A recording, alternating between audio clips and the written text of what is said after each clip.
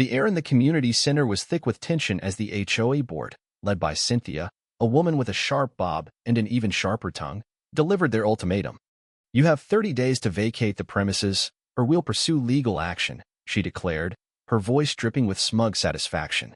The other 4 board members nodded, their faces a mix of arrogance and indifference. I, Daniel, an IT consultant, felt my pulse race as I glared at the people who'd spent months turning our lives into a nightmare. They thought they had us pinned, another family driven out for daring to question their iron grip on the neighborhood. But then the double doors swung open with a thud.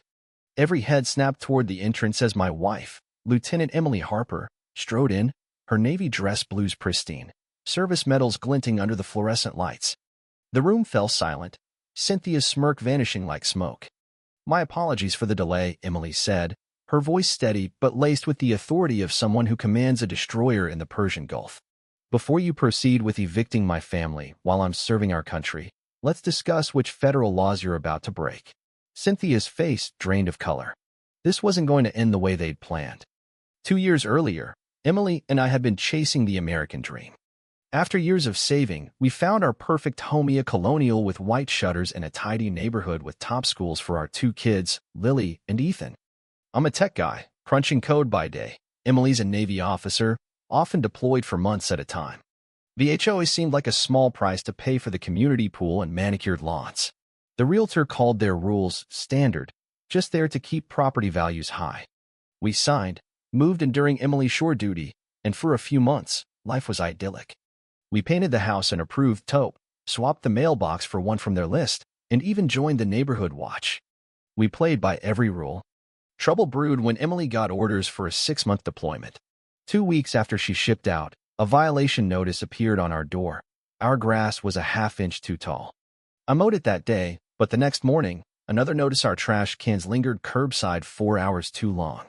Soon, it was a barrage of citations. Lily's basketball hoop, previously approved, was now non-compliant. The American flag on our porch was improperly displayed. Even Emily's marigolds were labeled unauthorized vegetation.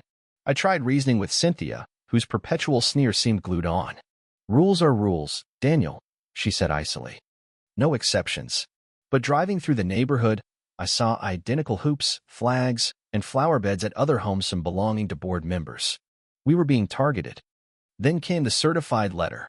The HOA was fining us $100 a day for violations like excessive foot traffic, the kids playing in our yard, and improper window coverings, Lily's blackout curtains.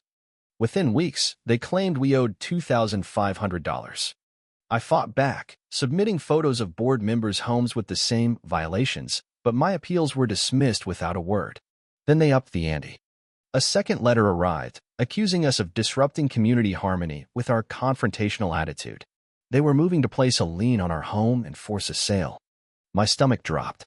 This wasn't just harassment. They were trying to steal our home, while Emily was 7,000 miles away, serving her country. We'd poured $30,000 into renovations, stretched our finances for this house. With Emily's deployment pay, we were barely covering the mortgage. Housing prices had soared. A forced sale would leave us unable to afford anything nearby, uprooting Ethan from his therapist and Lily from her soccer team. At night, I'd video chat Emily when her signal allowed. "They're trying to break us," I admitted, exhaustion seeping into my bones. I wasn't sleeping, had lost weight, and the kids were withdrawing, sensing the storm. I hired landscapers, repainted trim, removed the hoop, every fix documented with photos. At the next HOA meeting, I brought evidence of our compliance, but Cynthia cut me off after 30 seconds. "Your time's up," she snapped, though others rambled for minutes. Later, I overheard board member Greg mutter, "Military families don't fit here, always leaving, never invested." A neighbor, Tom, tipped me off. "They've done this before, Daniel. They pile on fake violations until families cave. Legal fights cost too much."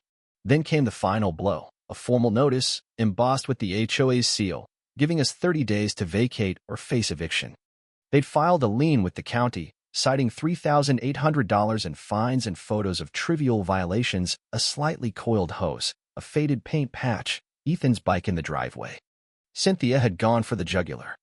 At 3 a.m., fueled by coffee and desperation, I stumbled across the Service Members Civil Relief Act, SCRA, which protects deployed military families from eviction without court orders.